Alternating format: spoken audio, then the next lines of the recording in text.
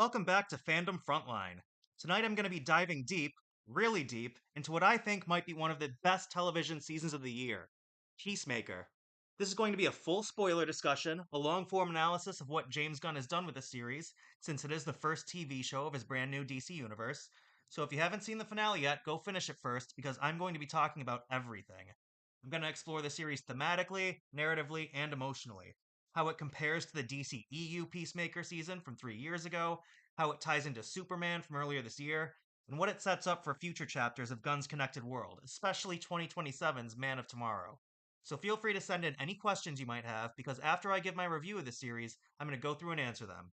So grab a drink and get comfortable, because this one's going to be a journey through guilt, grief, redemption, and hair metal. So let's start with the big picture. At its core, Peacemaker is a story about self forgiveness. It's about a man who's finally realizing the monsters he's been fighting aren't just external, they're internal.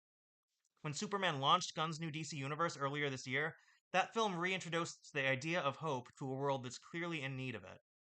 But Peacemaker takes that same world and examines what happens when you're shown the possibility of hope, what happens when you're left alone with your regrets to hold you back. And what makes this series so effective is that it feels like a reckoning for the character. It isn't just the jokes and the gore and the glam rock that the character might seem to offer on the surface, it's a meditation on guilt. Christopher Smith, John Cena's Peacemaker, he spends his entire season trapped in a spiral of grief and self loathing, convinced that redemption isn't possible for someone like him. And yet, by the end, this show it dares to say something quietly profound that maybe redemption isn't about being forgiven by others, maybe it's about finally learning to forgive yourself. James Gunn understands something that most comic book storytellers don't, that you can't just start a cinematic universe for nothing, it has to have heart, and Peacemaker is a major part of the emotional blueprint of that heart. One of the biggest surprises this season was its shift in tone from Superman. That movie was earnest and heartfelt, while Peacemaker, like its protagonist, is loud, brash, and irreverent. It's a gory comedy with heart. But when the series is at its absolute best, is when it's more subdued and more tragicomic. Less punchline and more pause. Superman was a character who always tried to minimize the amount of harm he did, even when he was forced to resort to violence. Carrying on that theme in Peacemaker, any violence feels tragic. Every fight feels like a relapse. Peacemaker can't stop fighting because fighting is the only thing he's ever known. The tone feels cinematic, too. There's a melancholy baked into the structure. Long silences, reflective monologues, music cues that feel less like parody and more like prayer. Think of that scene in the finale when Harcourt finally tells Chris and says, "Of course it meant something, you fucking asshole. It meant everything." It's not played for shock or irony, it's pure catharsis. Gunn has always balanced humor and heartbreak, from Slither to Guardians of the Galaxy, but here he leans further into vulnerability than ever before. This season feels less like a parody of superheroes and more like a eulogy for toxic masculinity. So let's talk about what really drives this show the relationships. Peacemaker's entire arc over the course of this 8 episode series is about learning to form real human connections. For a man who it clearly seems grew up believing that love was weakness, that is a huge transformation. His bond with Adebayo, played by Danielle Brooks, is the emotional backbone of the show. Adebayo is, in many ways, his conscience. He's the only person who refuses to give up on him, even when he's given up on himself. And there's a beautiful symmetry between them.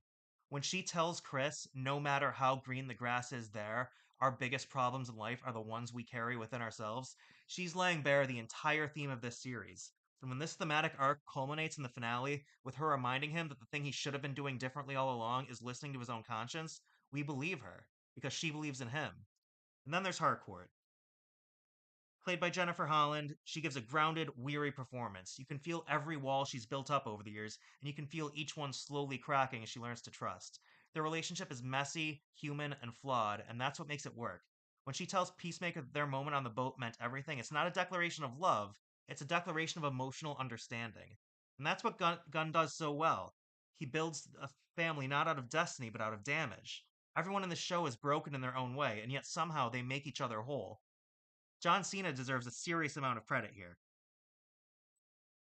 He gives a genuinely great performance. It begins as cartoonish satire in his Superman cameo, and then by the end of the series, it's more like Shakespearean tragedy, and it never feels forced. He plays a man haunted by every death he's caused, every life he couldn't save, and yet keeps moving forward. Cena manages to make Chris both absurd and deeply sympathetic, and there's a vulnerability in his physicality, and the way he carries himself. At the beginning of the series, he's a walking slab of muscle, and by the end of the season, he's someone who looks like he's carrying the weight of his own mythology, and Gunn knows how to use him. The camera lingers on his silence and on his guilt. In episode 7, like a Keith in the Night, when the violence has finally become too much and he lets out a guttural scream for his friends to stop, it's the most human we've ever seen him as this character. So now let's unpack the really big ideas. If I had to summarize Peacemaker in one phrase, it would be violence as inheritance. The entire season revolves around cycles: the sins of the father, the weight of ideology, and the endless loop of trauma that defines Peacemaker's life. From the moment we step into the alternate universe of Earth X, it's clear that the show isn't just exploring what happens when Nazis win, it's exploring what happens when hate wins. It's the world that Chris's father, White Dragon, dreamed of, and it's a deeply disconcerting glimpse of the direction our own world might be heading in if we don't fight to prevent it. Even the earlier episode where Eagly literally fights back and wins against government overreach, against institutions who think breaking into someone's home is ever acceptable, it's its own clever form of commentary. And yet what's genius is that the show doesn't end there. It refuses nihilism. It says even in a universe where everything's gone wrong, there's still room to choose who you are. And we see it from both Blue Dragon and from Earth X's version of Vigilante. The quantum unfolding chamber becomes a beautiful metaphor. It's a doorway not just to other realities, but to other versions of yourself. Every time Chris passes through it, he's presented with possibilities of the life he could have had, the man he could have been, or the man he's still afraid to be. The finale's introduction of Checkmate, the 11th Street Kids reformed into a legitimate agency devoted to making the world better, might be the series' way of showing how redemption can be societal as well as personal. It's the anti Waller, a cooperative effort built on transparency and empathy rather than manipulation and fear. The montage introducing Checkmate may be a bit rushed in the finale, but symbolically it's huge. This is clearly a huge part of the foundation for the DC universe that Gunn is building. A universe that understands that heroism isn't about perfection, it's about persistence. So let's zoom out for a second. Between Superman and Peacemaker, we're seeing the clearest version yet of what James Gunn's DC Universe actually is. And in different ways, both of these stories so far have been about humanity through a different lens. Superman was about kindness, Peacemaker is about forgiveness. What we know of Lanterns is that it's set to be a murder mystery. What we're seeing is variations on a theme, and so far it's been handled beautifully. Even though the Peacemaker finale did feel a little more like an epilogue than a climax, focused more on teasing James Gunn's 2027 film Man of Tomorrow and setting up the idea of the planet's salvation, it doesn't just feel like cheap setup. It feels like a transitional story, from one chapter of healing right into the beginning of the next chapter. When Peacemaker is thrown through the portal to salvation, it's tragic but fitting. The man who once killed for peace now becomes a prisoner in a world where peace might not exist at all. It may be a dark cliffhanger to leave us on, but it's not a hopeless one. Because this time he's not running from his pain, he's carrying it with him and facing it with dignity. And that's growth. So where does this leave us? For me, Peacemaker isn't just the best comic book show of the year, it's one of the best character studies we've ever seen in the genre. It's funny, it's bleak, and it's absurd, and it's also deeply compassionate. It's about a man learning that the only way to stop perpetuating violence is to look inward. Every creative choice, from the muted humor to the glam rock infused soundtrack, serves that evolution. This isn't just spectacle, it's reflection. And John Cena deserves every bit of credit he can get. He's turned Peacemaker from a punchline and a brief movie cameo into one of the most complex anti heroes on television. If Superman was the story that redefined hope for a new generation, Peacemaker is the story that redefines accountability. It's not about saving the world, it's about saving yourself from the version of you that you can't stop trying to destroy it. Suffice to say, I loved this series. It is also worth mentioning that James Gunn did do a virtual press conference that was released as soon as the finale premiered, so before I take questions, I am going to share some interesting details from that. He was asked like what is checkmate and how is it introduced, and he said that it may not seem like it at first, but everything in this finale is very connected. He said it was always pretty instrumental in the overarching story that he plans to tell in the DCU. He said he had mapped out what he thought the general story was, and two important aspects of that were checkmate and especially salvation. He said that he was a big fan of checkmate in the comics and he always wanted to build them into the DCU. It's the real culmination of the 11th Street Kids and their desire to be good. He said it will remain separate from other institutions in the DCU, and he thinks they're going to be really, really good at what they do. And that when we see them next, their circumstances will be a little bit different than the startup that they're at now. Then, when asked about salvation, he even says that he likes the concept of creating a prison that was absolutely inescapable, but also a little rash. Because they think it's not dangerous from their initial tests, but in the comics and in this world, obviously there's hints of it being dangerous. He said it really is about the concept. The part that really spoke to Gunn was the beginning of it, Jr. Where Rick Flag and Amanda Waller say, "Fuck it, metahumans are a pain in the ass." They keep escaping. Let's get rid of them permanently. And of course, there are repercussions about sending a group of bad guys to another dimension. In this case, the sole person on Salvation right now is a good guy who has to survive on his own. So he was asked about a season 3 of Peacemaker, and then Gunn actually said he's not intending to bring Peacemaker back for another season, at least not anytime soon. Right now, the end of the season that we just saw is about the other stories in which this cliffhanger will play out. He said, never say never, but right now this is about the future of the DCU, seemingly meaning Man of Tomorrow. Gunn also said he plans to create Diamond properties out of smaller characters like Peacemaker so that they can eventually stand alongside Batman, Wonder Woman, and Superman. And he said Peacemaker is really important to him. He actually was moved to tears talking about how Oh Lord by Foxy Shazam, the opening credits song, related to the character. He said he really loves the Peacemaker character. He could say it's about him, but he doesn't really think it is, and that Chris Smith is just incredibly human. And Peacemaker originated as this douchey Captain America character that we see in a cameo in Superman, but you know, he essentially describes Peacemaker as that person you would have met at a party and thought, "Who's that effing asshole over there?"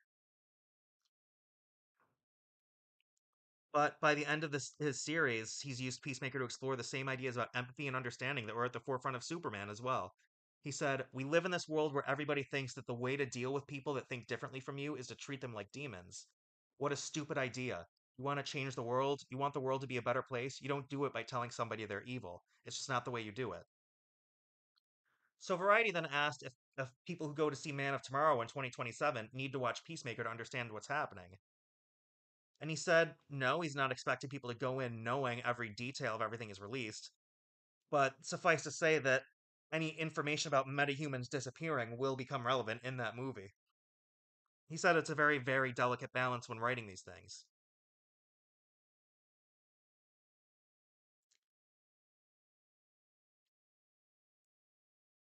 So the plan right now is for the next few upcoming DC projects for one to be ones that he's not writing and not directing, including Lanterns, Supergirl, and Clayface. But he also made clear that he will continue to write and direct the DC projects that are at the heart of the larger story, including Man of Tomorrow, and that includes Salvation and Superman and Lex Luthor and Rick Flag. And Gunn said that's the plan right now, at least. He may get so tired that he can't do it, and he's pretty tired, but we'll see. So suffice to say, if we want to see the continuation of this story, Man of Tomorrow is the place to look for it. And with that, let me know in the chat what you guys thought of the season. Did you like the darker tone? How'd you feel about the ending? And who else do you think will eventually see get sent to Salvation? Send in any questions you might have, because I'm going to start answering some that I have here already. So, the first question I got asked was, what was my overall impression of the season as a complete story? And I think it works great as a complete story. I think they could have done a better job spreading out some of that introductory information, like who Peacemaker is and how he and the 11th Street kids met and how they know each other and what their relationship to each other is, and these emotional arcs and relationship arcs. I think those should have had at least an episode or two really devoted to them instead of just the short prologue we got made of repurposed footage from the old DCEU version. However, I think if you're able to pick up quickly on what happens in that prologue, then you really do have everything you need. And then I was asked, how did this series compare to the DCEU version of Peacemaker from 2022? And I actually liked this version of Peacemaker even better. It if not for the fact that it was two entirely different universes, you could even call it a sequel, but honestly, this is the better version in my opinion. And then I was also asked, how do I think the show balanced action, humor, and emotion? And honestly, I think that balance is one of the best things about this show. I'm asked, was the pacing effective throughout the season, or did any episodes drag or feel rushed? Well, again, I will say that that prologue really rushed through some major character beats that I think deserved more focus in the early part of the season. And I also felt that the finale did drag a little once you realize that it's all just kind of set up. But once you kind of pick up on the idea that that is what they're doing, I was perfectly fine with it. I know that it won't work for everyone. Anyone who's expecting a real climax might be disappointed. But once you kind of pick up on the idea that it is set up, like I can live with it, you know?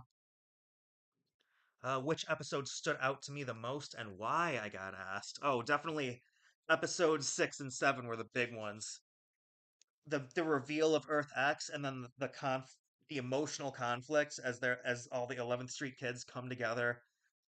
in Blue Dragon's house and he gives that speech and Peacemaker finally just says stop as his friends all come together to defend him. It was tragic, it was beautiful, it was everything you needed. So then I got asked, did the finale feel satisfying as a conclusion or more like setup for something bigger? And I would say both. It's genuinely both. Yes, it is more setup than anything, but I do think that I got all the conclusion I really needed, especially in that final moment of the previous episode, where he decides to go back to his own world and gives Argus the QUC. And maybe that was a mistake for him to do that, but for his internal character arc, it was huge. How important do I think character development is compared to plot in this kind of show? Well, I think it goes without saying that this season in particular focused more on character development than on plot. And I think it really just depends on the show. Some shows can get away with more focus on larger plot than on uh, the internal workings of a specific character. And I think as long as the story is being told in a compelling way, there's room for different approaches. Were there any character arcs that surprised me this season? Uh, well, I don't know if I would call it a major character arc since he's not central to the story, but Blue Dragon is a character who you're never really sure what his deal is until episode 7 out of 8, and that's his last episode. So in a way, that was a surprise. But if we're going to talk about character arcs among the main characters, Rick Flag actually he comes off as morally questionable, and then he ends the season being morally reprehensible. He's actually even worse of a person than I thought he was, and that's pretty impressive for someone I never thought that highly of, even when we met him in Superman.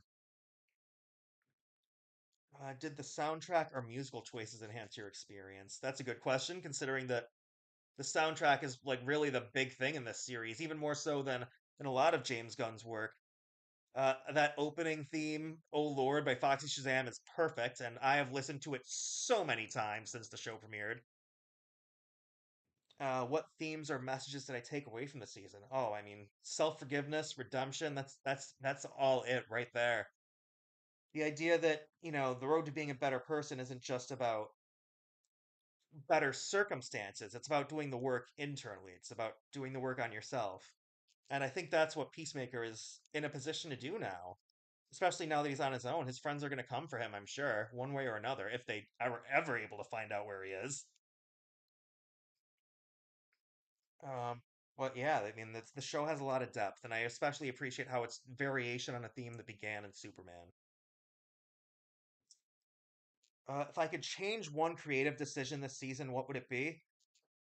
I would have made sure that this season did a better job of fully establishing the characters, their emotional arcs, and their relationships with each other in the full first episode, maybe two, instead of just using a short prologue made based on repurposed footage. I feel like that was a very strange decision, because this is its own separate TV show rather than being a continuation of the old one. And also, I think undeniably that the finale, maybe finding some way to have there be a more physical conflict just for some sort of climax, even if it was going to be mostly set up for the next thing. But overall, I love this series. So even if there are little nitpicks I have about pacing like that, I still loved it. Here's a good question. I got asked, how does the direction and cinematography of this series compare to Marvel shows? And it's an entirely different thing. I mean, the show looks different. Marvel shows all have more or less that same very colorful look, and Peacemaker is vibrant in its own way, and they're not afraid to lean into violence and I hate to say grittiness, but just being raw and visceral sometimes. And I think that works really well for these DC shows, especially with this being the first one. All right, so I got asked, do I think Christopher Smith truly achieved redemption or if he's still stuck in a cycle of guilt?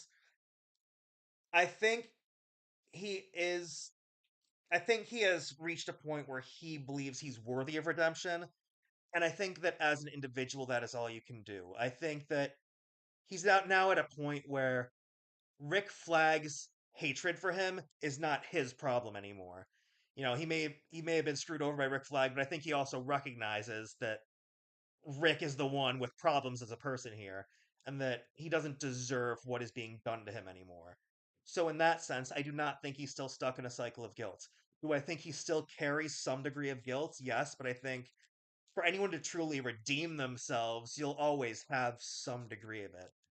But knowing that you still deserve fairness and redemption and don't deserve to be treated unfairly, like the way Rick Flag treats him, that's what redemption on an emotional level is really all about. So I think the show handled that really well. Someone asked me, how did the dynamic between Peacemaker and Adebayo change this season? That's a good one because I feel like they begin the show as best friends and they end the show as best friends. But what really changes is that he finally lets her into a point where he's listening to what she is trying to say to him. Even though he cares about her, it actually becomes about believing that she cares about him too. So I also got asked, was the closure between Peacemaker and Harcourt satisfying? And I would say, yes, I believe it. I think it's a really sweet romantic arc. I will also say that, like many things in the prologue, their potential for romance could have been established better in the earlier episodes. But once you kind of get the idea that there is something going on between them beyond just referencing that something happened on a boat, it made the resolution in the finale really worthwhile. And coming off of that, I was asked which supporting character do I think grew the most? Vigilante, Adebayo, Harcourt, or someone else? And definitely Harcourt. It's not even close. Harcourt had a huge emotional journey as well, almost as much as Peacemaker did. And in a way, it's because she saw him doing his heavy lifting on his own emotional journey. I think she's almost inspired by it. And then that leads right into the next question, which was, did Emilia Harcourt's softer side this season feel earned or too sudden? And it was definitely earned, especially if you take that prologue at the beginning to carry as much story as it did. Then yeah, by the end of these 8 episodes, very much earned. So then I'm asked, how did Danielle Brooks' Adebayo stand out as the show's emotional core? And she has her own journey with Kia, with her ex-wife, but as she's going through all of that, she's also still one of the most emotionally mature characters on the whole show, maybe the most emotionally mature, because she's the one who lays out the main theme of the series to Peacemaker about the grass seemingly being greener, and she's the one that reminds him why they're doing this and why he can't just go live there. So, without a doubt, she does a fantastic job. Like an Emmy-worthy performance in that finale from her, honestly. And Cena's just as good opposite her. So then I was asked if Rick Flag was a compelling antagonist for the series story. Oh yeah, he's not always carrying the full weight of being the villain, but you can tell they're setting him up to be a big one. And like, despite the fact that you can kind of understand how angry he is about the death of his son, it increasingly becomes clear that like what he's doing is not okay, and no amount of grief could ever justify the institutional oppression that he is trying to inflict here. And the fact that he's trying to use that institutional oppression to satisfy his own personal vendetta just makes it even more horrifying. So then I was asked, the series leaned into heavy emotional territory. Did that work for me? And I think you can tell from the way I've answered these questions that absolutely it works for me. I think these kinds of shows are at their best when they lean into heavier emotional territory. It can't just all be punching and shooting. Then I was asked, how did the show explore ideas of guilt, forgiveness, and self worth? And I mean, that's what the show was really all about. And I think it explored those themes beautifully. Like John Cena's performance from start to finish, you understand that those are the things he's dealing with, and it's handled perfectly. It's really the strength of the writing. Oh, this is a good one. What do I think the series is trying to say about the idea of peace at any cost? And you definitely get the impression early on that Peacemaker is a character who once upon a time would have just killed whoever he was told to in order to achieve quote unquote peace at any cost. They imply that he worked for Waller and Rick Flag Jr. died because of it, but that's these kinds of anti-heroic superheroes who just use violence first. Like there's a reason why that's called an anti-hero. It's because it's not that heroic. It ultimately does more harm than good. So with this series, we're really seeing the cost of the idea of peace at any cost and how much it ultimately hurt Peacemaker and people around him for him to be try to be that kind of superhero. Let's see. Then I was asked, how did Gunn balance the absurd and the sincere, and do I think it worked? Well, this is a show that definitely leans more into the absurd than most, but it absolutely worked because when he turns and he makes it sincere, it hits hard. Oh, here's a good one. Was there a particular moment or episode that best captured the season's themes? In that episode in the middle when Adebayo lays out the main theme, that's a huge one. And then in episode 7, Blue Dragon's speech about doing the best he can, Peacemaker finally just telling people to stop using violence, and then choosing to go back to his own world and just choose accountability. That was definitely huge for the season. So I would say maybe episode 7 if I had to choose just one. And I was asked, how did I feel about the introduction of Checkmate and what it means for the DCU? If I felt the montage was too rushed or if it was a clever tease for what's next. The montage definitely goes by fast, and they didn't even really introduce the idea of the word or the name checkmate at all, except that it's from the comics. I kind of wish that somewhere along the line there had been a chess piece or something, but if there had been, people on the internet would have immediately picked up on it and figured it out right away. So there's always that reason for not hinting at it. But I do think that by featuring characters like Sasha Bordeaux, like Vigilante and Peacemaker, you always kind of knew that Checkmate was where this show could potentially be going. So with that, I think it's a very clever tease, especially if they're going to be doing more with Checkmate in Man of Tomorrow and in other stories.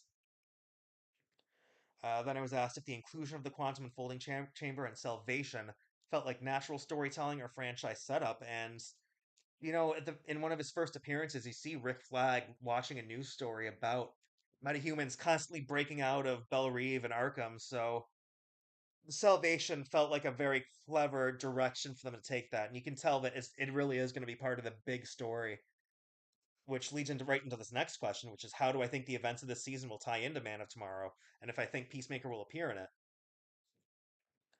Well, I can only imagine that next time we see Peacemaker on Salvation, if that is where we see him next, then he's probably going to look like Robin Williams in Jumanji. He's going to have the full beard going. What year is it?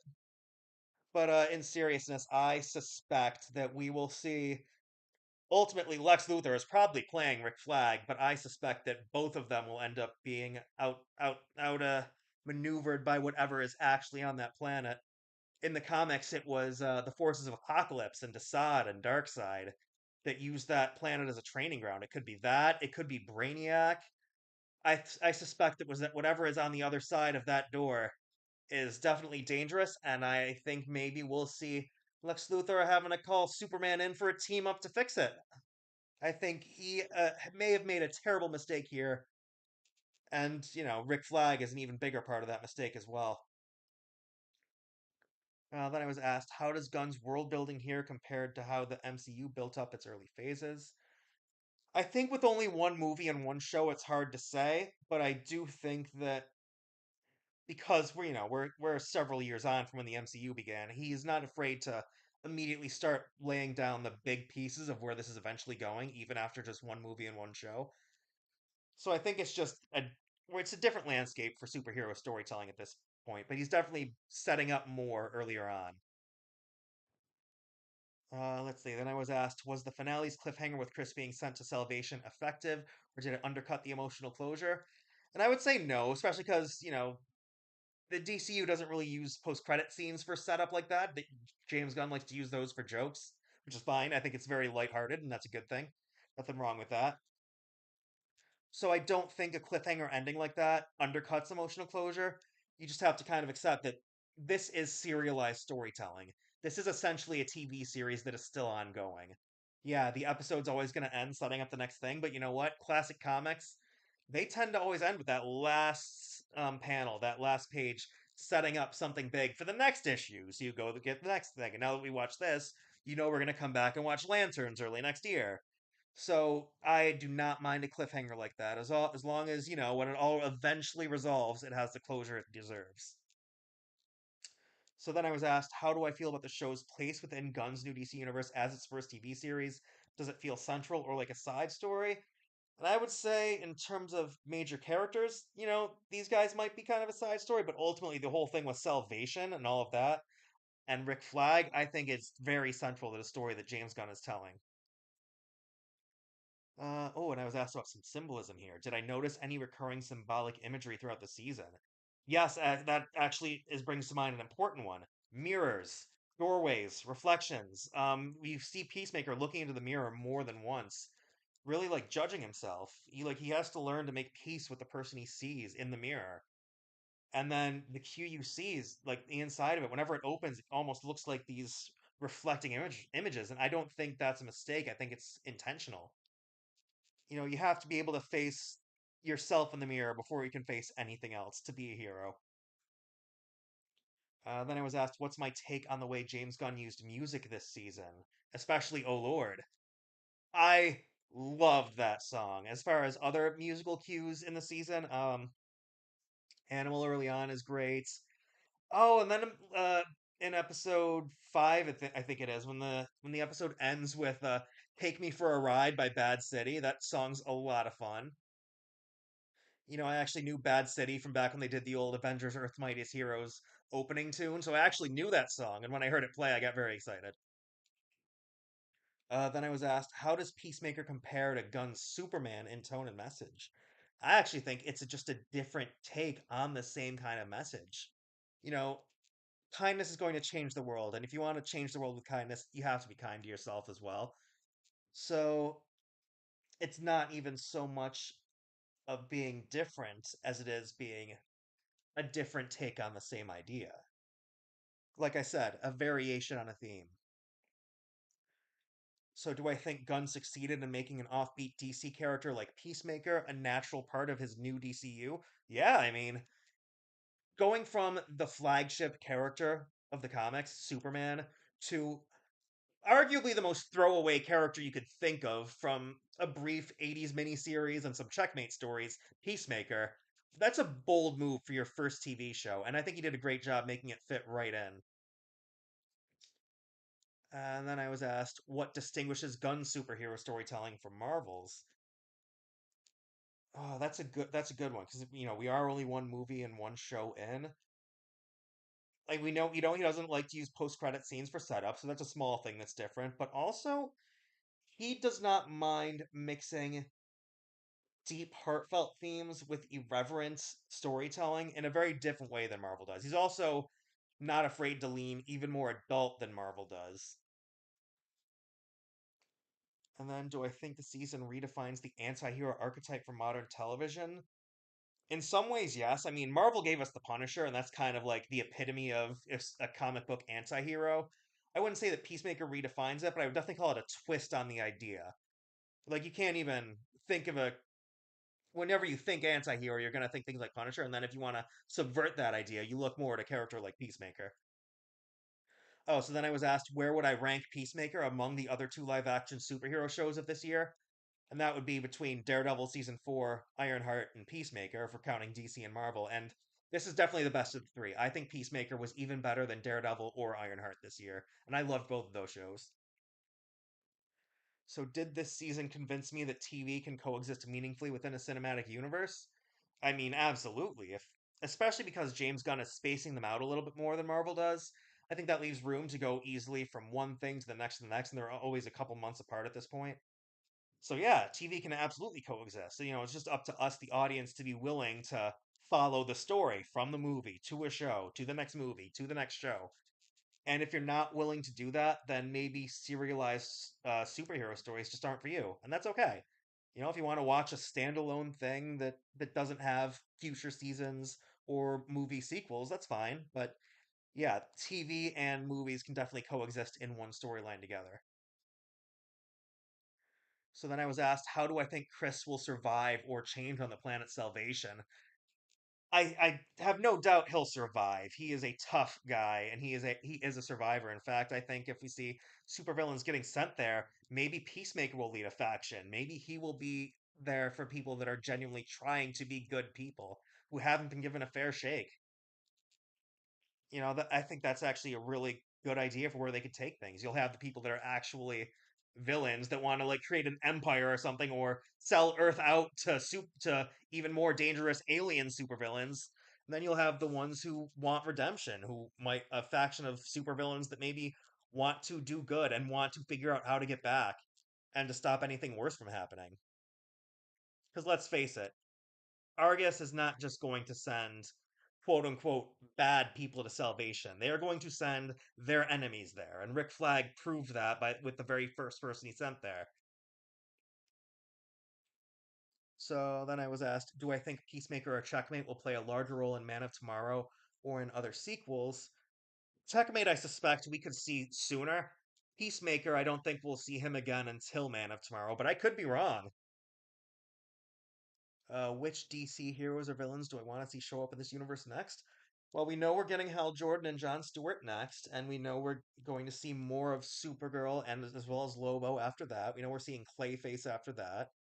But obviously, aside from the ones we know we're getting, come on, Batman and Wonder Woman, please. The obvious one.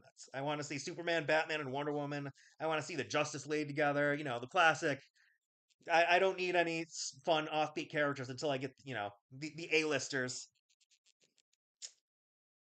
Let's see. Could Checkmate characters like Adebayo and Harcourt appear in Lanterns or another upcoming project, do I think? I mean, as I kind of alluded to, yeah, I do think there is a good chance we'll see Checkmate again before Man of Tomorrow even, and I think it could be really interesting.